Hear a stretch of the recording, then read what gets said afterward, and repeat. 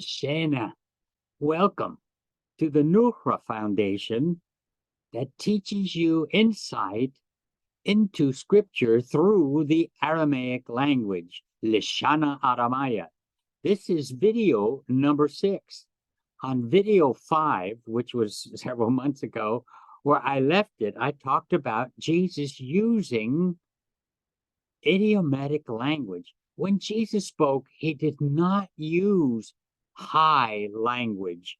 He used common, everyday form of speech for common people. He was always among people who did not read or write. And he used simple, very simple language. And so in this video, number 6, I'm going to give you some of the idiomatic expressions that Jesus used that many people misunderstand and even take literally. So what were some of the things that Jesus used? And by the way, his name in Aramaic is pronounced Ishua. Ishua.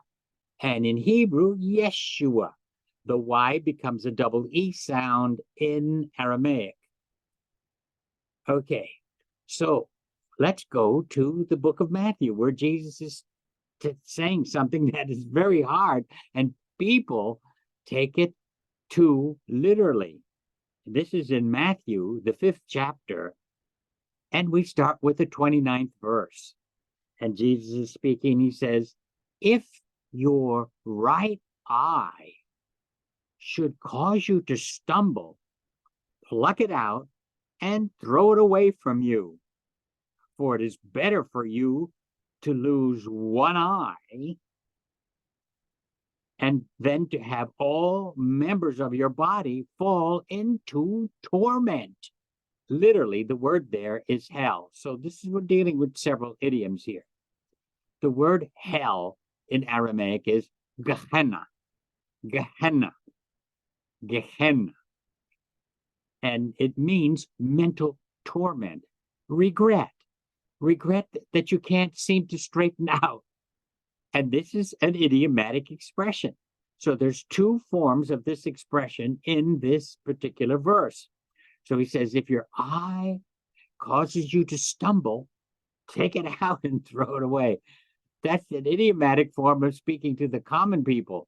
What he was saying was that if you have the habit of envying, looking at other people's things and wanting to, and creating that envy in your heart, he says that'll make you stumble.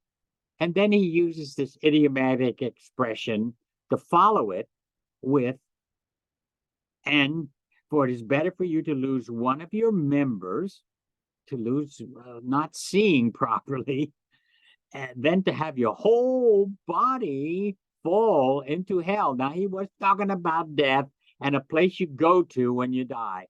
This term, Gehenna, in Aramaic means mental torment, terrible regret. So what he's saying, he's just making a comparison here. It's better not to envy than if you're envying and throw your whole nervous system, your cells, your whole body into Gehenna. Gehenna is this mental torment because you put your mental capacities, you put everything in your system into torment because of your constantly envying other things and people.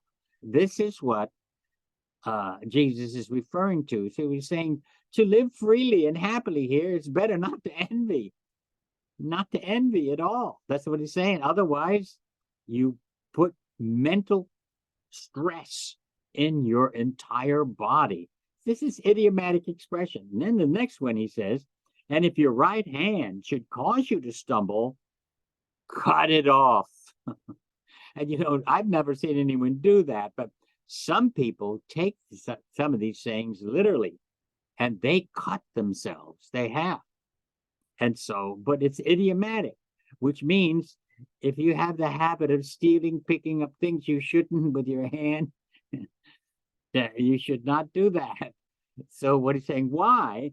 It's better to lose one of your members than to have your whole body fall into mental and nervous torment.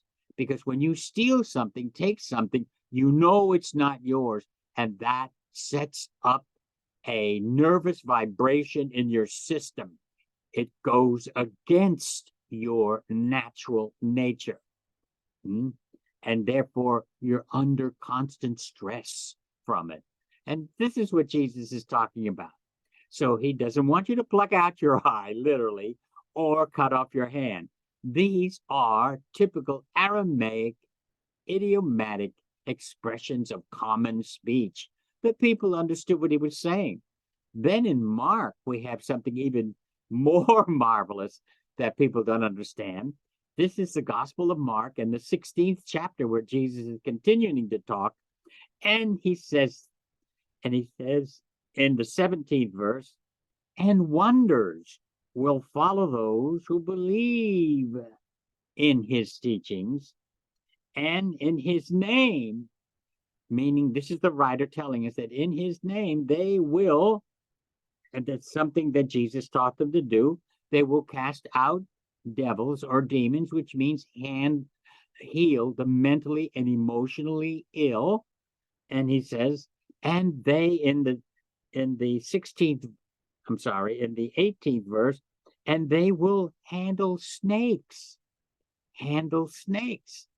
Here, it's a metaphor. This is the way of speaking. We use this term in English. We say, watch out for that person. He's a snake in the grass. Or that particular woman, because she'll cause you trouble. She's also a snake in the grass. We use snake in the grass. But in Aramaic, they use the word snake, meaning enemies. In other words, when he sent his disciples out, he told them they would be able to handle serpents, meaning those who were opposing them and creating terrible problems and trying to destroy them, trying to bite them, trying to poison them with a bite and kill them. He says, you'll be able to handle the serpents. You'll be able to handle the snakes. And yet there's people in the South here in the United States that literally in their church service take rattlers and poisonous snakes and handle them to prove what Jesus said was true. No.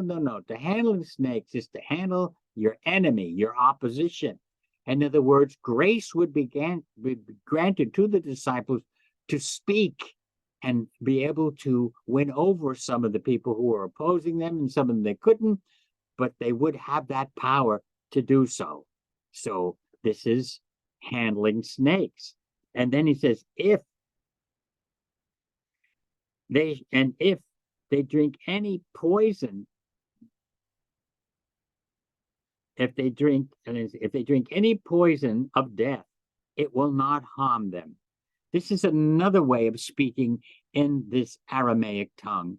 In other words, if anyone tries to assassinate you by saying evil things about your reputation, try to poison you, this is how they talk. Because to drink a poison cup meant to destroy you as a person.